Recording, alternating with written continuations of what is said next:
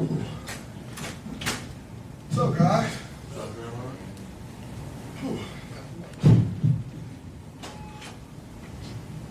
Kevin, how do you feel about where you guys are just after the preseason heading into this season? I think we're complete dog shit.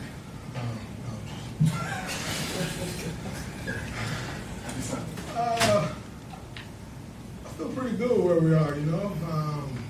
Obviously, JK practiced today, Jimmy practiced today. You know, so just have guys healthy going into it is important. I think we kind of have seen some lineups that we know can work and really mix well together. And we see where we need to improve, you know, which is important. So I think, you know, we feel good about where we are. We're feeling good about where we are is a part of feeling good about where we are is knowing where we can get. You know, and so we're in a pretty good spot, but I think we're all excited about the amount of growth we know this team can and will have. Steve said that Moses is going to be out for the regular season opener. Basically said that the starters is still kind of TBD for him, but it's that fifth spot that he's still kind of looking at. It seems like that could change things for you, whether it's starting the 4, the 5. How much does that fifth spot matter for you at this point, as someone who's done the 4 and 5 so many different times throughout his career? If I got to play the 5, I'm going to ask for a trade. You know, I think, like you said, I've teetered with it my whole career. Sometimes at the 5, sometimes at the 4. I think you all know me. Whatever helps this team, whatever puts us in the best position to win, that's what I'm going to do. I train and prepare myself for whatever's to come. You know, playing the 5 isn't always about the size. It's about the size of the heart, and I think my heart is as big, if not big, as anyone's in this league. So I always trust in that. I think my brain helps get me by quite a bit. I can outthink some guys, you know. So I just use the tools that I have. But I'm not putting no huge emphasis on whether I'm playing the 4 or 5. I think that, you know, I think in life we all have ideally what we would like. And, you know, I have ideally what I think it would look like, but I also know that I play a team sport. And in playing a team sport, what may be best for you personally or what you think is best, if that's not best for the team, then you're selfish. And I take pride in not being selfish. So whatever that looks like, wherever I can help. You know, if that's like, oh man, you start to the 5, that's going to help this lineup, that's going to help this rotation, great. If you start to the 4, great. But ultimately, Steve proved year 1 that he knows how to do these things. So I'm not going to be the idiot to sit there and question. I'll move on with my life and get ready for whatever's ahead. One of those, like, probably ideal combinations is probably when you're out there with Al. When you're out there with Al, what do you need to do on offense? Where do you need to be to make it work?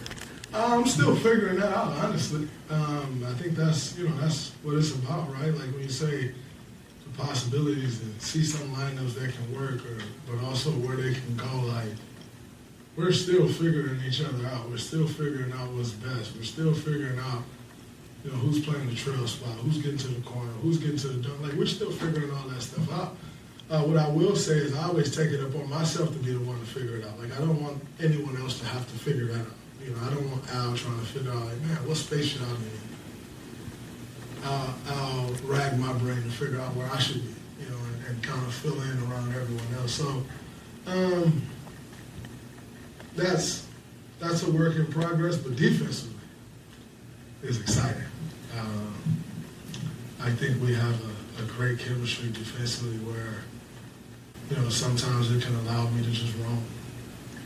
And I can be really, really, really dangerous when I'm just roaming around, you know. So he cover up a lot of mistakes.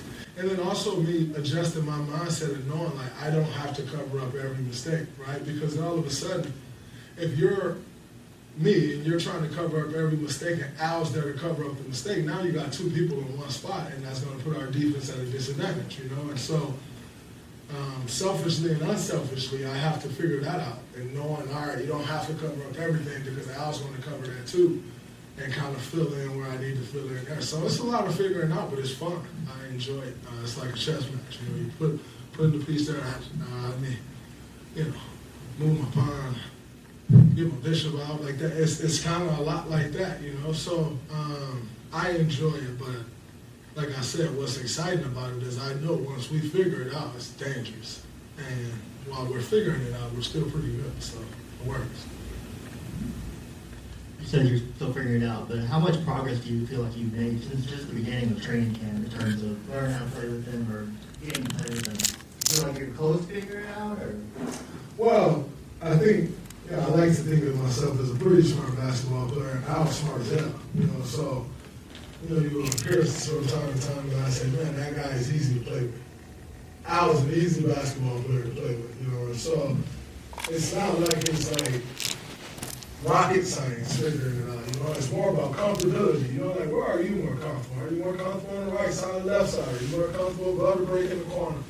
You know, it's figuring nuances out, you know, that's not necessarily figuring out the overarching thing of what we're doing. You're kind of figuring out the little nuances, which, if I'm honest, is not something that Steve can really figure out because that's y'all figuring out on the court, you know, and it's like chemistry that you're figuring out. So I think we've made a lot of progress since the start of training camp. But like I said, it takes time to get to know a teammate and figure out their nuances, figure out where they like the ball, you know.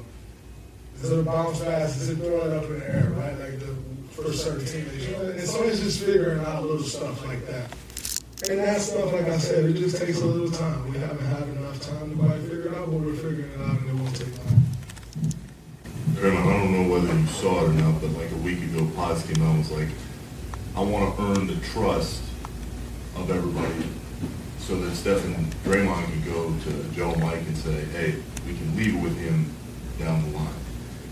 Do you like when a young player speaks openly like that and has that type of outward confidence to feel that way about what you guys have built? I think you worry a little more when someone struggles with confidence. It's very hard to give someone confidence. I think with BP, one, you appreciate the respect. You go through so many years of building this thing up. You always just hope that the young guys that come in just respect you. Because if you do respect, then there's so much to give from us, you know, so much for us to give. And you want to give, you know. Always, you know, the beauty about this is Steph, myself, we care about the organization. You know, we don't just care about what happens this year for us. Like, good, bad, or indifferent, we're tied to this thing forever. You know, like our name will be on this organization forever. And so you care what that looks like. You know, when I'm 45, I don't want to come watch a sorry-ass team play. I want to come and it's jumping and you get the old feeling of like how it was when you were doing it, right? Like, and so that matters, you know? And so to hear BP say that, it's exciting, but and still you, as a leader for him, you also understand what that comes with. You know, and so with him, I say, be careful. Don't tell people too much. You know, because the more you tell people, the more they use it against you and try to tear you down. You know, so I think, you know, you can look at the trajectory of this thing and where it all going, and we all believe that he's going to be one of the guys that take the torch and run with it. But be careful.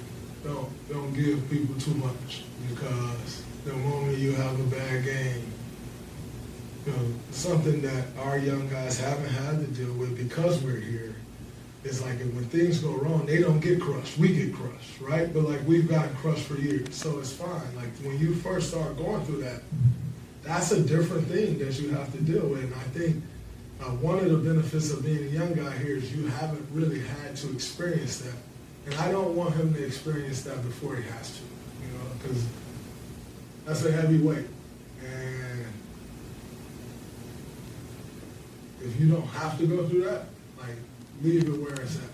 And so, like I said, although we all have the utmost confidence in him and what he's going to become, I don't want him to jump the gun on that and allow people to use it against him. And then people try to speed your clock up like, oh man, you should be doing this now. But like, it's hard as hell to do that now with us on this team. Because things are still going to look a certain way, you know, but then people start trying to speed up your clock and what you should be. And I would hate to see that happen to him, because if they try to speed up your clock, but you don't quite have the opportunity to do what they're trying to speed you up to do, then it's an unfair shot, right? And so I want him to, it's almost like saying, I remember when I was a young kid, my mom told us, like, be a kid as long as you can, because then you got bills. Like, stay in that spot as long as you can, because so much more comes with it when you get to the spot to where you want to go. And like I said, as a leader, you want the young fella next to you grinding and wanting to take that. Like, that's what you want. But like, talk to us about it. Don't tell everybody else. Don't let them use it against you. So he will be there, no question. But it ain't his time to be there yet. So I'm not going to let everybody try to force that on him right now. He don't even have the opportunity to be there yet. So he will continue to grow. And he continue to grow, he's going to walk right into it. But don't try to force that on him right now, because the opportunity ain't there. Offenses is built a certain way. You get certain opportunities, and this offense ain't built for him to be that. Now, this offense is built for him to be aggressive, but it ain't built for him to take it over. And if you're in a spot where it's not built for you to take over, and then people start trying to push that, you get screwed. So he will be there for this organization, but I ain't going to let nobody rush it up on him. As a quick follow-up, you're not going to make it in this league without confidence. 1,000%. But if you are a young player, especially in your role as somebody that everybody looks up to, how do you rein in a young player who has a ton of confidence, but to everything you said, needs to just kind of put it into one slot, maybe more, instead of just let it overflow? It's a slippery slope. You don't rein it in too much, you change the guy. So you just let them run rampant, and then when they fuck it up, you call them in and you try to help them out. But let them run rampant. As you start trying to, like, what's the right amount of confidence to correct?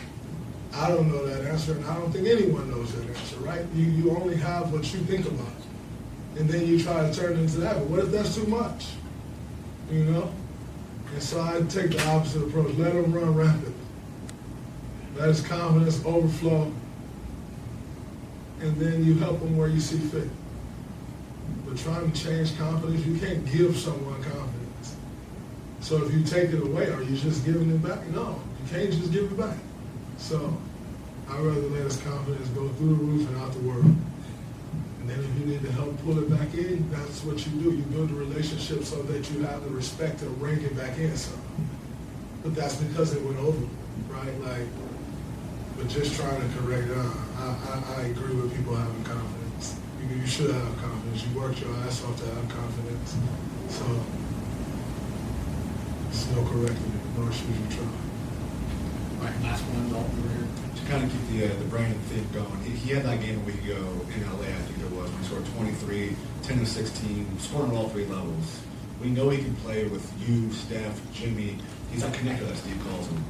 Going to year 3, where have you seen maybe the growth to know that he can have those type of games when he doesn't have when you guys on the floor, where tonight you guys might need off, where he can be the primary guy as well, or does he need to stay himself, whoever on the floor? No, I think, I was talking about opportunity, right? Like, if you don't have the opportunity to be that, then, you're going to have some games where it looks like that. You're going to have some games where you may get 6 shots.